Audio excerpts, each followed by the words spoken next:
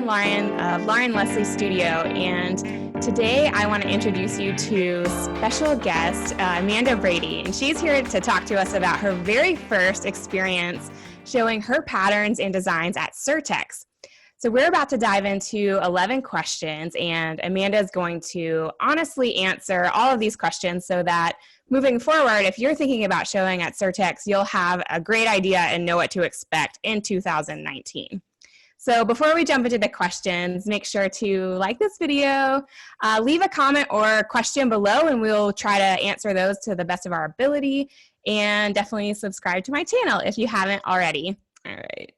So Amanda is founder of Greenhound Press, and at her very first Surtex show, she was on Print and Pattern's blog, which is incredible. I'm not sure how she did it, but she's very talented and amazing. So here's just a little snapshot of her at Surtex with her artwork. And I've been a rug designer for the last 7 years, and I'm excited to say that some of my rugs have ended up in anthropology. So that's like any designer's dream. So that's just a little bit of my background. And we will jump into the questions. So Amanda, can you tell us, how did you become a designer in the first place? Well, in high school, I was on our journalism staff and discovered Photoshop, and I loved it. And I went into college going to be a journalism major because I didn't really know graphic design was a thing. So I was like, I'll just be a journalism major, and then I can lay out the newspapers. This is how naive and how little I knew about anything. And then my cousin is a graphic designer in Maine, and she flew out for a wedding, and she was like, oh my gosh, I'm a graphic designer, because our families aren't really super close because we live so far apart. Mm-hmm. And so yeah, she showed me all of her stuff, gave me all these magazines, and I changed my major the next day. And so that's how that's the very beginning of how I became a designer. Okay, cool. Okay, so what inspired you to go to Surtex in 2018? How did you get from deciding to be a designer to ending up at Surtex? So back to my cousin Erin in college, I flew out to her house, and she showed me all of these patterns she had made, and it never had dawned on me oh, people actually make these. I mean, it's just one of those things you don't think about there because they're so part of our lives. And so I became obsessed with making patterns in college, but I kind of just did it as a hobby. I'd have files in my computer, and I did that for 4 or 5 years. And my husband was always like, what are you going to do with those? And I was like, put them on Instagram sometime. And so, of course I'd heard about Surtex. So in February of 2018, I emailed Surtex to ask about the 2019 show. And the woman who runs the show called me, and she was like, why would you wait till 2019? Why don't you do it for 2018? And I was like, I don't know, because I don't know. And she's like, you're totally ready. And so I just made kind of an impulse decision, and was like, all right, I guess I'll sign up for the 2018 show. Oh, that's so cool. I can't believe that happened. I didn't realize it was that spontaneous and it really was. Minute. I mean, I've been kind of checking in on the show for a year or two, but oh yeah, I'll give myself a year and a half to get ready for the show. And instead I gave myself 3 months basically. Oh my God. I know, I would feel like I needed at least a year to get ready. So when you signed up kind of last minute, did you feel ready once you were there, or were you like, oh, it's okay, I could have had more, but I have enough to... Actually, I'm glad that I didn't have a year, because I think I would have waited till close to the last minute anyways. And since I had such a short amount of time, there was no time to really stop and second guess anything. It was just I had to go on pure instinct. This looks good to me. This is what I'm doing. I like this. This is what I'm doing. Because I didn't have the time to debate it, really. Yeah. So especially with the booth design and stuff, because you have to have so many weeks to get that stuff printed and shipped to you. And then I wanted a little wiggle room in case something was wrong to get a reprint. Right. So it was just boom, boom, boom. I kind of love that. It actually, for me, it worked really well. Good. Okay. Well, what can you tell us about art licensing? Still not that much. I didn't know what to expect when it came to the actual selling of patterns at the show. And I brought order form sheets and I couldn't find anywhere on anyone's blog or anyone who had talked about Surtex, like about the actual selling of the patterns. Oh, okay. So I came prepared if people wanted to buy them. And then what I've been doing now is I got a great number of contacts from Surtex. So I started like an e-blast basically that I send out when I make a new collection, and I will send it to these people first. So they get, before I even like put it on Instagram or anything, I'll show it to them to give them an opportunity. So that's just what I've been doing since the show, but I haven't actually done any licensing deals yet. So okay, that's why I don't, I'm still not sure how that works. And I'm really curious to see in the future how that goes. Yeah. Is that sort of the path that you want to go down with showing your things at Surtex, or are you wanting to do more like client work? Really anything. I would definitely love to get some licensing deals. But since I'm still so new, I'm not sure if like I'm going about getting the licensing deal the right way, or yeah, that's very murky waters for me still. Yeah, I understand. The side of stuff, I'm like, can someone else just take care of this for me? I know. I think so many artists are like that. And I think that art school doesn't really prepare you that well for the business side of things, or there's not like, I don't know. I mean, it seems like some artists out there have agents and work with agencies, and that seems like one way to do it, but you don't really even know how to make those connections in the first place. And so my next question was going to be, are you working with an agent? Like, are they trying to get you licensing deals, or are you still looking for an agent, or are you going down that route at all? So the first time I ever even thought about an agent was at Surtex, and an agent came up to me and was like, I would love to work with you. Here's my card. And she's like, reach out to me at such a date. And it was a couple months after. And I don't even think I've reached out to her yet, because I'm still deciding if I don't want to waste her time. So I didn't want to reach out to her until I had researched more of like, okay, this is what I want to do. And I want an agent, or, yeah, I'm still trying to figure out just where I want to take this and where I want to go with this. And I think I've been kind of waiting to see if something naturally happens, but since I'm probably going to have to like really, start working a little harder at figuring out like which direction I want to go with this. Right. And so I would not be opposed to using an agent. I just don't know if that's I can't commit to that yet. I gotcha.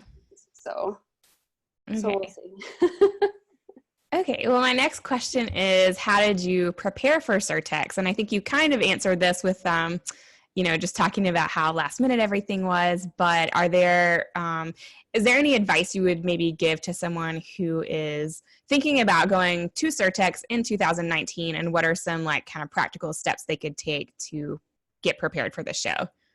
Well, I did a lot of research, and I tried to track down any blog, anything on Pinterest I could find of like people's booths, what they did for promo items, just anything I could get my hands on. So, and then I spent probably a couple weeks, when you get in that zone where you're trying too hard and things aren't flowing naturally. So I was definitely there.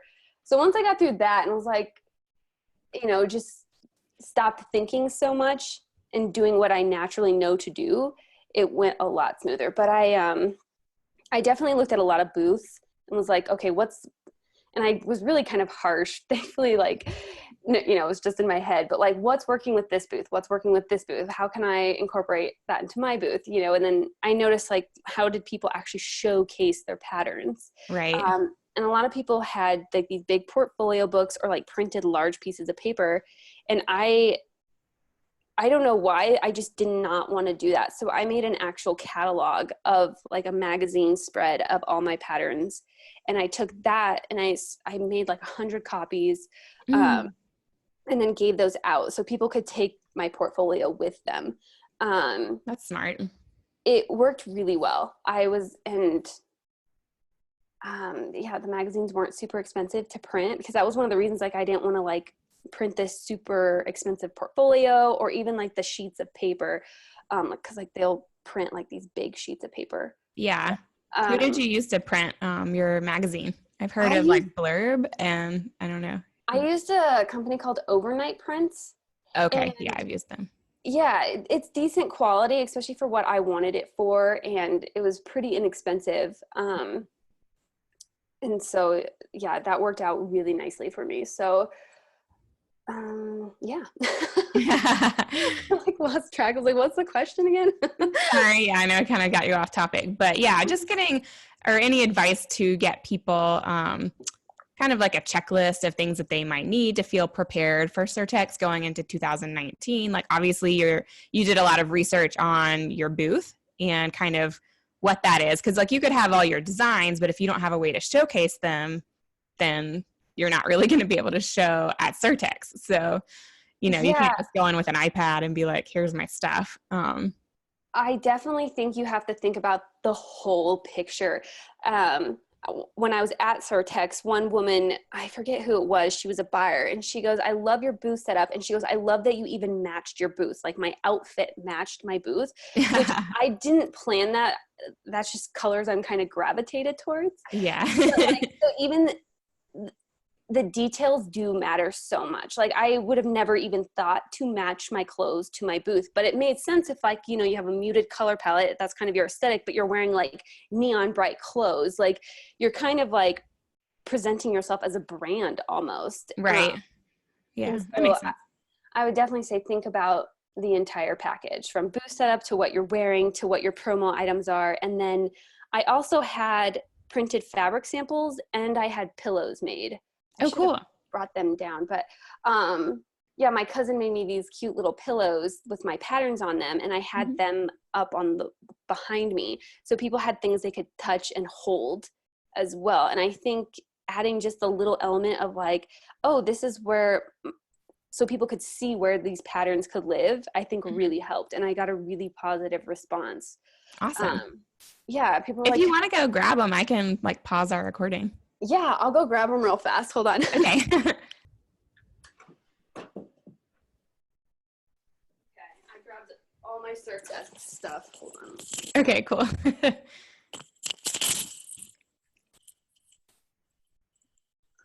They're up in my kids' room, so I had to go like track them down. Aw. So yeah, so I made this pillow. Well, my cousin made it, but this fabric I just had made at Spoonflower. Okay. And then I had this little pillow. And so these were like sitting up on a little shelf, so it kind of looked like a mini store. Love it. And then I printed off some fabric samples that I had hanging off my booth, so people could come up and like touch it and look at it and like look through the fabrics. Okay. And that was a very especially for, because a lot of my stuff is very childlike, and so fabric would be like a very ideal. So that was like created some huge talking points. So did all of the fabric you get printed on Spoonflower, and is it all digitally printed? It is all digitally printed. I actually just like made squares and then like made this huge file of like each square, and then uploaded that one file, and then to save on costs, and then just cut like each fabric out. Oh, that's so smart. So yeah, because like it's so expensive to go, so it's like you don't want to like break the bank on all this stuff, but at the same time you don't want to like the details do matter. So of course. yeah, and then here's like my little catalog that I made for the Oh, show. cool. Yeah, I like did some mock-ups. Like I found some nice Photoshop mock-ups online. Oh yeah.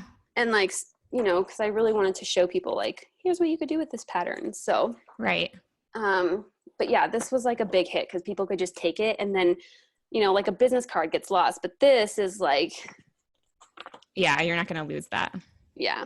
So And I'm sure buyers are meeting with so many different artists at Surtex that they probably have a hard time remembering who they met with, or, it's like even with a business card, they're like, I kind of remember, but maybe not. But with that, there's no way they're going to forget like your style. And oh no, because I put everything in here that I showed. So yeah, they were good. So yeah, it was this was like I said, it was supposed to be like a cheaper decision is why I initially made it, and then it just ended up I had a lot of success with it. So Oh, that's awesome. So yeah, there's all my kids' pillows.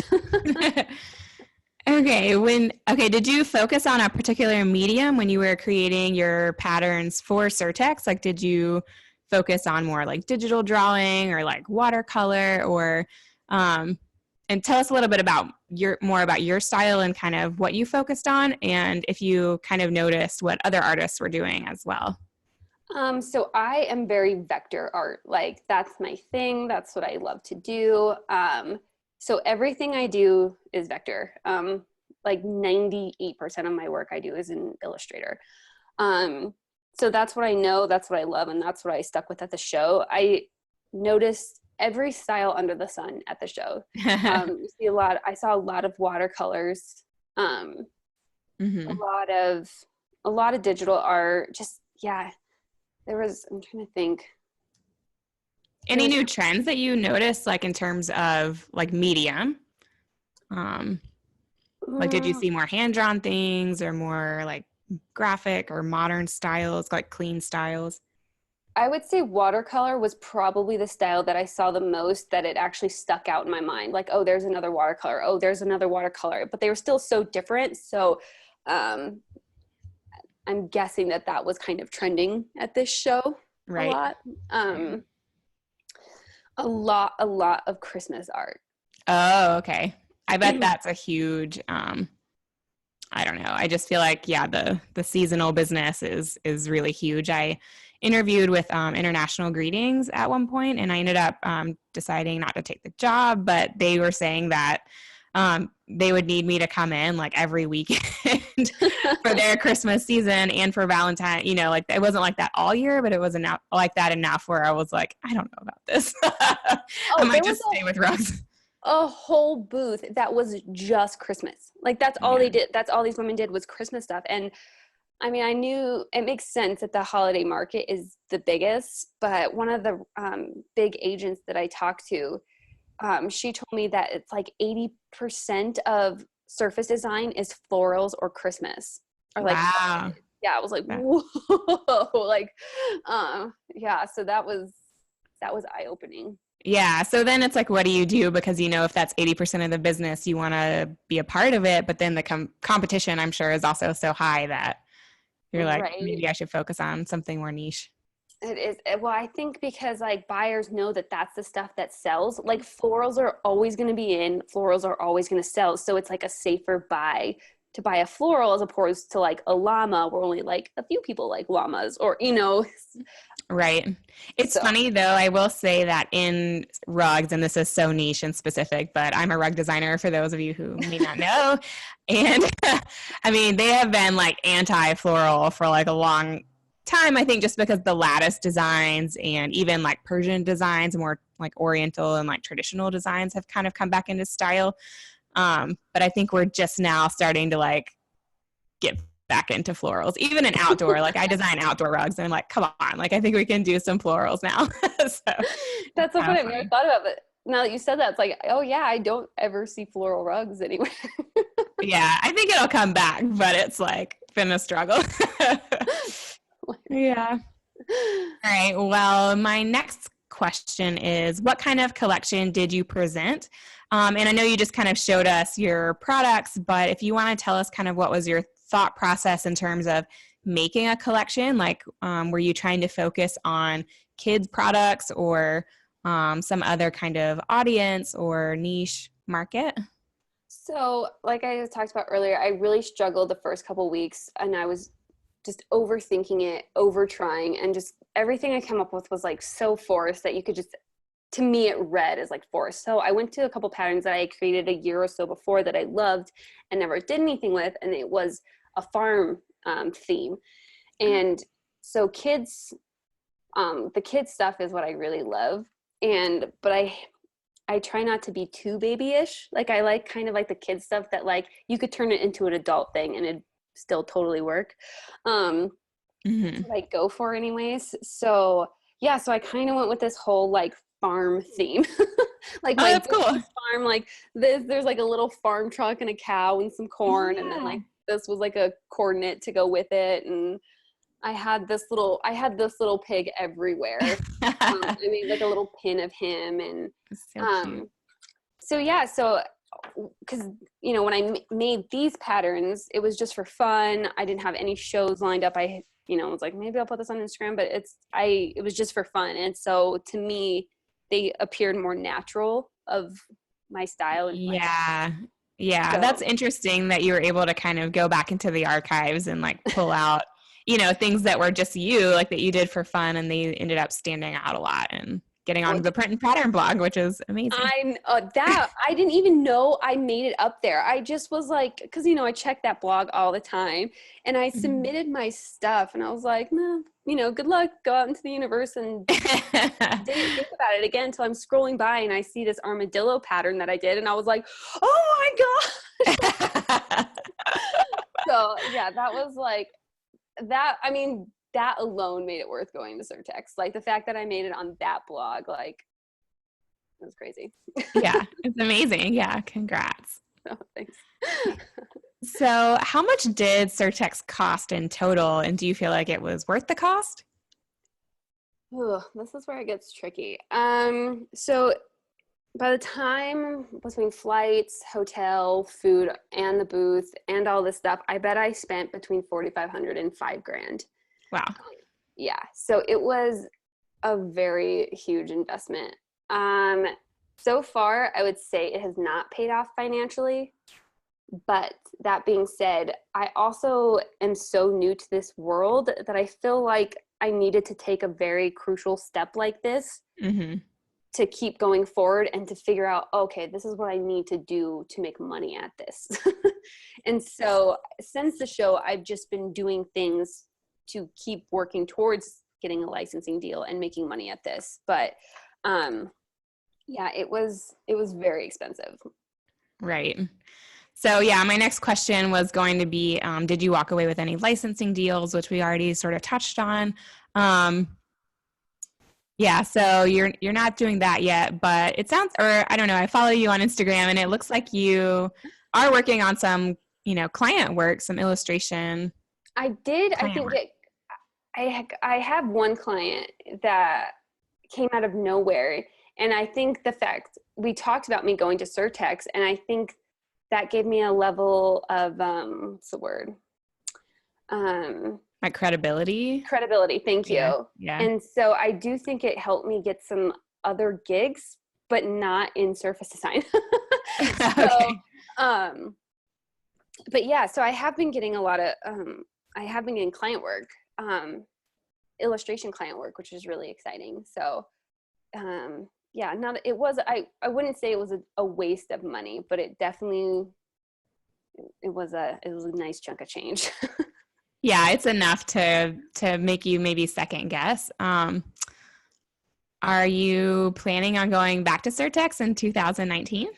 No. And I was never planning going back unless I like knocked it out of the park. I wanted to make my money and like double it before I would commit to going back, because so since I was a first time showcaser, you get like an intro discount and you get a really small booth, which is awesome, because I mean, the bigger the booth, the more expensive it is, not only in terms of like, it jumps, I think from 3,000, I think it was 3,000 for the intro booth, and then it jumps up to 5,000 for one of those big booths. So not only did you have the $5,000, but then the banners and stuff to fill this space is more. And so I was never like, I would have to make so much money to commit to going to Surtex 2019, because I wouldn't be a first time show buyer or shower. So even for the same, would you have gotten the same amount of space, or would you you're required to be bumped up to the bigger booth? I mean, they might have changed it, because I think they changed a lot for the 2019 show, but yeah, you just had to go up to the next size. Like you couldn't get that intro space again. And like someone like me, that's just because those spaces are really for like the agents who have like multiple artists, so it's really easy to fill. I mean, because the booths are like the size of a room, they're huge, so it's like little me in this like like I couldn't justify that yet. So yeah, I never had plans to go back, as bad as that is, unless I made like a ton of money. But I didn't. So I was like, well, does that. Yeah, I mean, I don't know. It makes me wonder, like how many times would you have to go before it did start to pay for itself? Because I read some blog posts by some other artists who felt like they had gotten enough gigs out of it to justify the cost. But I mean, at the same time, I don't know, like I have to wonder, I don't know, like you're still like, yeah, you're maybe justifying the cost, but do you really want to give that portion of your earnings to a show like that? And would you maybe still be okay without the show? Like, do you really need the show? Are people going to forget about you? Do you have those relationships with buyers where they're still going to come back to you year after year for work? Or maybe is it that you go every other year or something like that? I don't know. Like, what was the general feeling that you got from other designers at the show? So that was really interesting because the general vibe, everyone was like not super pumped. Um, Hearing from people who had gone to the show multiple times that like there was no one there. Like it was really slow show. Like no buyers?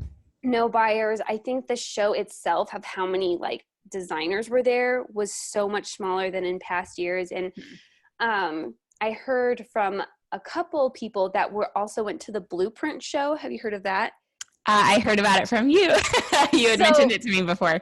Blueprint was at the time or last year. Blueprint took place like it kind of overlapped with Surtex like a day or two. So it was like Blueprint show and then right into Surtex show. And there was a ton of people that showed at Blueprint and Surtex, and they were talking about how much better Blueprint was in terms of how many buyers were there. The atmosphere was different.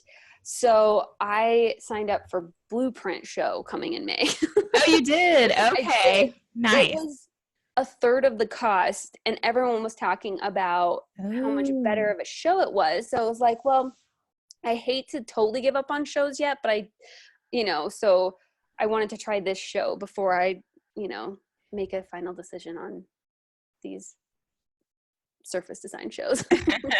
Yeah, that's really interesting to hear that it's a third of the cost. So do you feel like Surtex is, I don't know. I mean, do you feel like they need to come down in price? Do you feel like the price is justified? Do you feel like they just need different tiers or different options? Because it's like, if you can't get the artists to the shows, then the buyers aren't going to come, because what's the point? The buyers aren't going to spend a week or 3 days or whatever it is if they don't have a good selection of artists to choose from. Like, their job is to buy the best artwork possible, right? So it's just kind of a ripple effect. Well, and once I got there, and hearing all the thoughts and people talking about shows in general, it's like people go to Instagram to find new artists now, and they go to Spoonflower to find new artists. So it's like these companies aren't paying to send buyers out when they can just have their buyers scroll through their phones. And so that totally makes sense. I still think there is something about meeting the artist and seeing their work.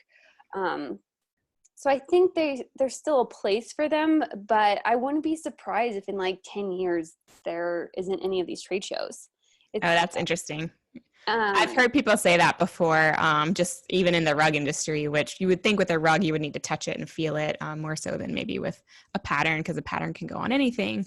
But that's interesting. Yeah, it is nice to have kind of a meeting place for yeah, like you said, like for the buyer to actually meet the artist and cultivate that relationship. But at the same time, at the end of the day, like there's a little bit of personal in it, but for the most part, it's business and they're just going to want the best artwork. Exactly. And what I learned from, like the big fabric companies like Birch and Cloud9, they like want, this is just like some things I've heard from the show, so this isn't like fact or anything, but that I heard that they want to see that you have a following before they sign you to a big fabric deal. Oh, so that's interesting.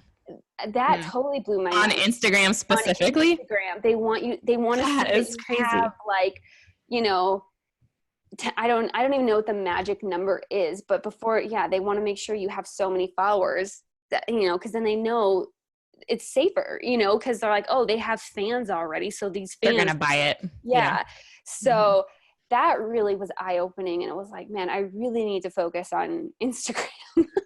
And I find, I mean, this is kind of a tangent, but I find Instagram to be so difficult to, I guess, to gain a true audience on, because there's so many people using bots and like unfollows and follows. And like, even when people comment, it's like, I love Instagram for the visual aspect of it. Like, and being an artist, like, I mean, I really do love it. And I love stories. Like, I love using it. But I don't know, like, in terms of growth, they say to like focus on one platform. And I really like the SEO qualities that Pinterest and YouTube have, because people can search and then the content that you made is evergreen. Like, as long as you have the keywords in there, like, it can be found over and over again. Whereas Instagram, it's only really relevant for like a day. And it's so much work. I'm like, how do people do it? I don't know. I talked to one woman, her name was Erin, and she was writing an article. So we had like a nice little talk about this. And she was talking about how, like, not only do they want like Instagram followers, but they want to see how many likes. So, cause like anyone can, like, I could go buy, in theory, 1 million Instagram followers, but if like engagement. I'm posting something and there's 2 likes, that's like, oh, there's like something off here. And it was just like so many things that I just never thought about like that. And then leaving the show, I was like, oh, wow.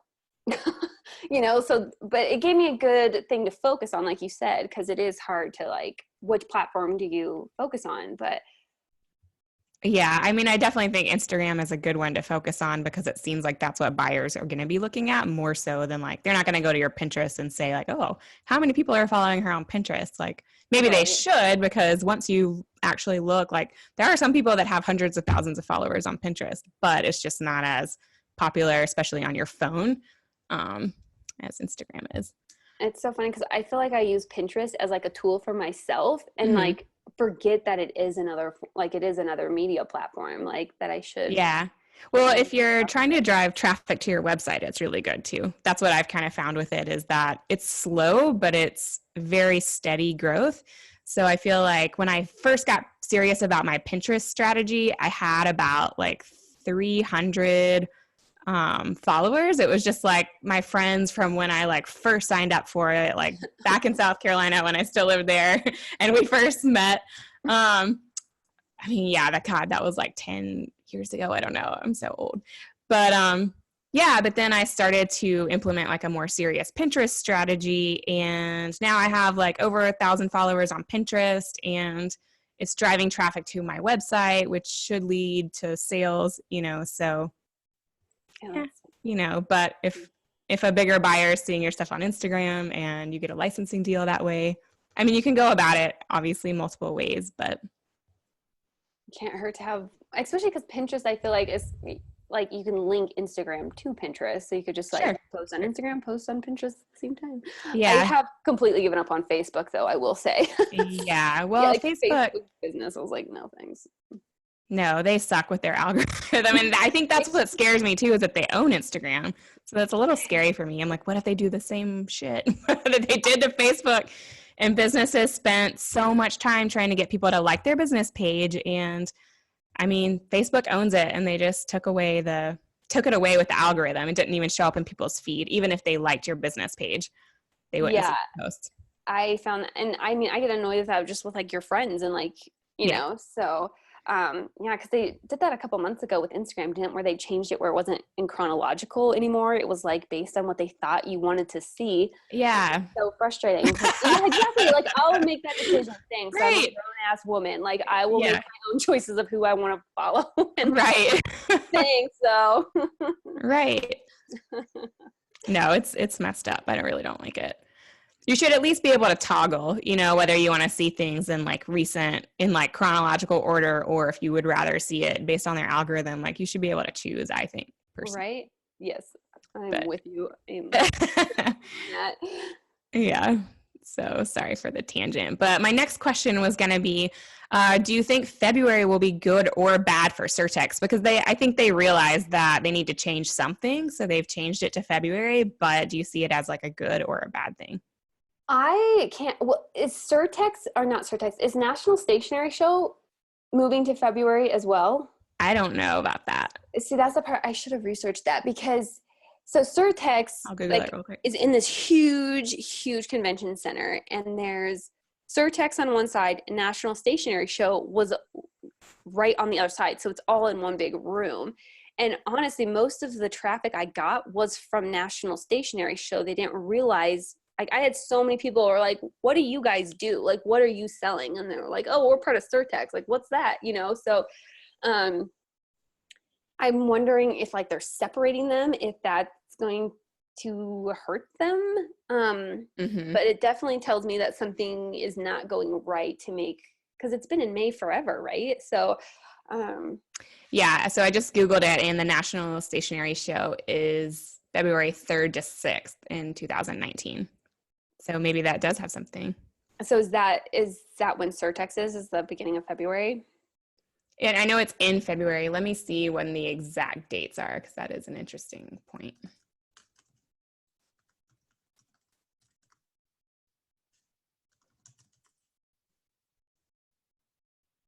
Were any of the artists talking about, the dates are the 3rd through the 5th. So they are overlapping. So that's good that they're keeping them together. Yeah, I definitely thought that was interesting.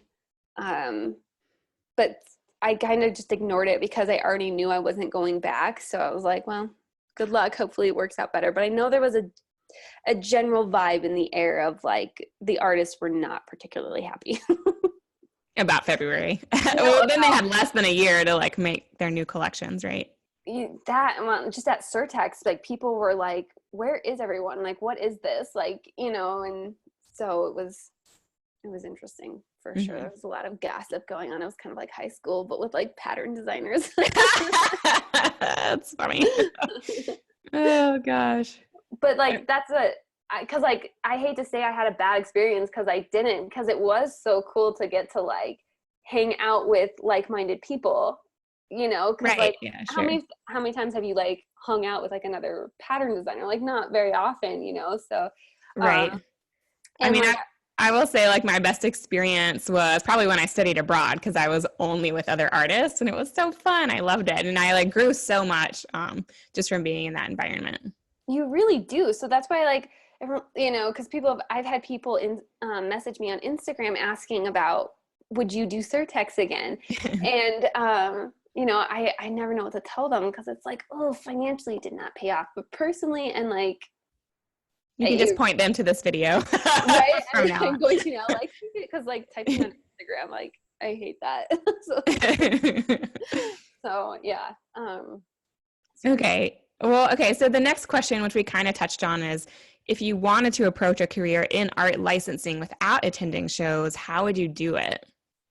Social media, and I heard from several people there Spoonflower, which really surprised me because there's a lot of, I guess I just never thought of using, sorry, my dog's whining at me. I never thought of using Spoonflower as a platform. I've just always used it for my personal projects or, you know, stuff like this. And so that was really eye-opening to me. But it totally makes sense that if you're going to do a fabric collection, you'd go to a place like Spoonflower to see designers. Right. And I've heard designers also complain that like they don't make a lot of sales from Spoonflower, but if people are using it in a different way and it's more to get found, that's an interesting point as well. But correct me if I'm wrong, but when you upload a pattern or design to Spoonflower, they technically own it. Like you can't then go put it on Creative Market or another platform. Is that right? I don't think so. I think you still own the rights to it, but if you put it up for sale, like anyone could print that fabric and do whatever they wanted with it, or a paper, or, you know, make their own stuff from it. So that kind of, you know, is a little unsettling in a way because you have no control. Right. But, But yeah, so there's definitely some flaws with it. But like I have so many patterns that are just sitting, and like I also heard at the show that buyers want patterns that nobody's seen. They want to be the first. They want exclusive, right? So basically, if like you put it on Instagram, it's like, what can you do with that pattern now, which is so discouraging because it's also how you get found. So it's like this weird double-edged. You have to do so much work. They're like, I know. Okay, we like what you did, but now do something just for us. And you're like, okay, but I don't know if you're gonna like it. Exactly. So so I've been struggling with that as well. Cause like, yeah, you're trying to build an Instagram following, but you can't post stuff on Instagram because they want exclusive rights. And so a lot of my old patterns, and when I say old, I mean they've been out, people have seen them, so they're not exclusive. I've been putting on Spoonflower because they're just sitting in my computer. So I know for a fact no one's seeing them in my computer. So if I can at least try to get them out, maybe it will lead to more licensing deals, was my thought process. Yeah, that's a really interesting point. So is it kind of stuff that maybe you've used as like a piece of a design back in the day and you're like, well, I could actually use this and like put it out there and like people can see it, or maybe it'll sell on Spoonflower? Is that kind of your thought process? Yeah, basically, like, so these, I waited until actually like last week I started putting them on Spoonflower. I wanted to see if I got anything from the show for these particular patterns that I showcased. If I didn't hear anything, I was going to put them on Spoonflower. So I haven't heard anything. So now I'm starting to upload them and sell them on Spoonflower just to, try to build that following. Like Yeah. Have you tried Pattern Bank, just out of curiosity?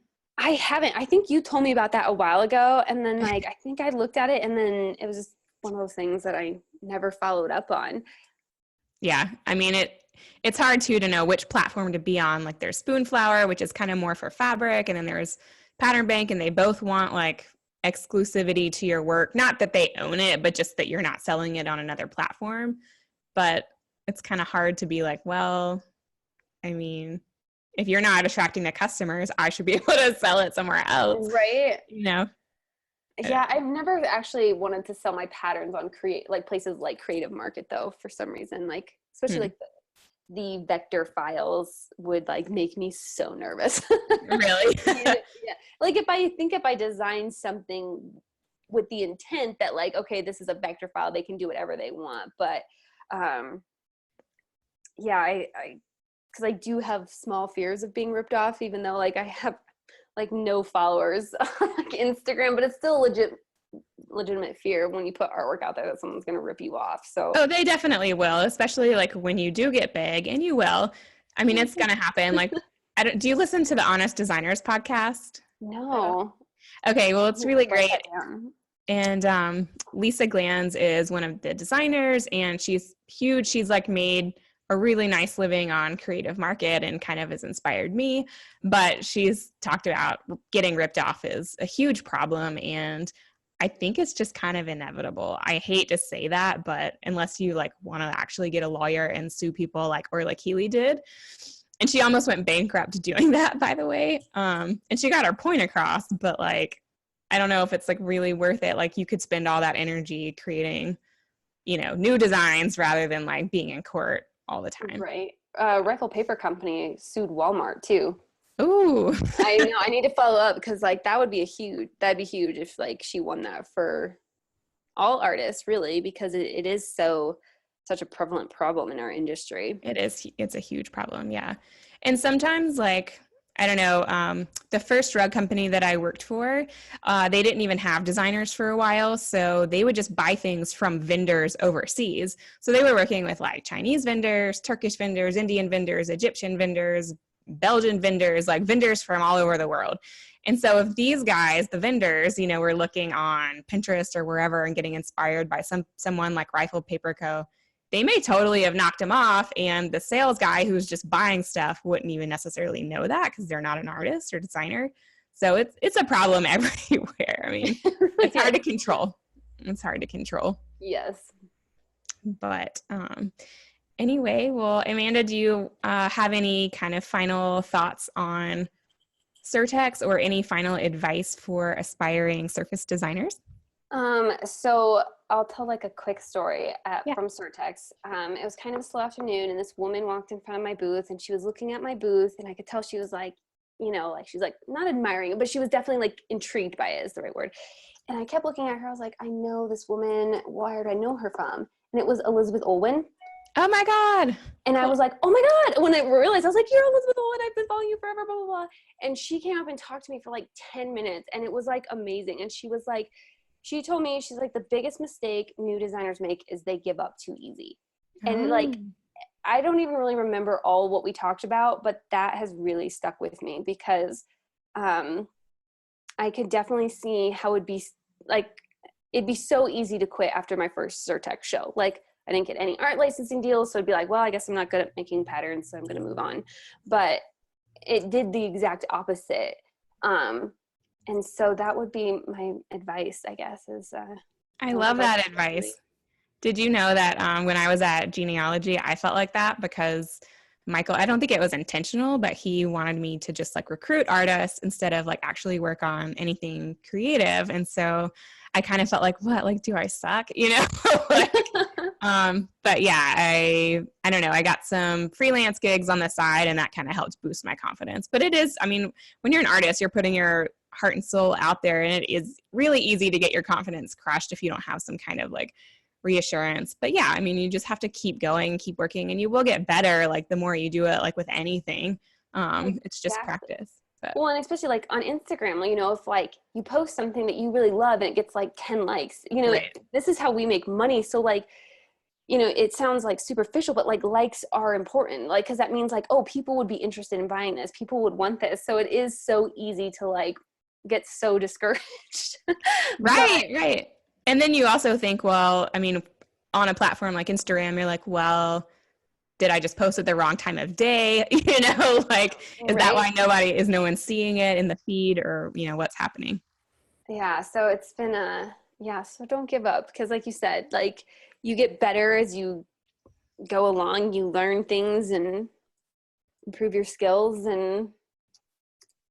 But hey guys, definitely leave a comment down below and let us know if you have any further questions about Surtex or about becoming a surface pattern designer. We will definitely try to answer those as best as possible. And definitely subscribe to my channel, like this video, and click the little bell so that you get notified the next time I come out with a new video. You can find me on my website at laurenlesley.com, Leslie's with an EY, and also look in the description for a little freebie PDF that I have for you guys. Amanda, will you tell everyone where they can find you on Instagram and on your website? Yes, so I am at Greenhound Press on both my Instagram and website. So greenhoundpress.com, and my Instagram handle is at greenhoundpress. Okay, so awesome. That's where you can find me. And I'm at laurenlesleystudio on Instagram. Leslie's with an EY, and we're also going to have a podcast version of this video so that if you want to kind of listen along to the next episode, you can subscribe on iTunes or Spotify, and that way you can listen in your car. You don't necessarily have to be in front of a computer screen. It's really convenient. We also have a Facebook group at Design Tribe Lauren Leslie. And thank you guys so much for watching. Amanda, thank you for being here. I really appreciate it. And thanks for sharing your experience at Surtex. Yeah, hopefully it was helpful. Oh, very helpful. All right. Bye, girl. I hope you have a good day.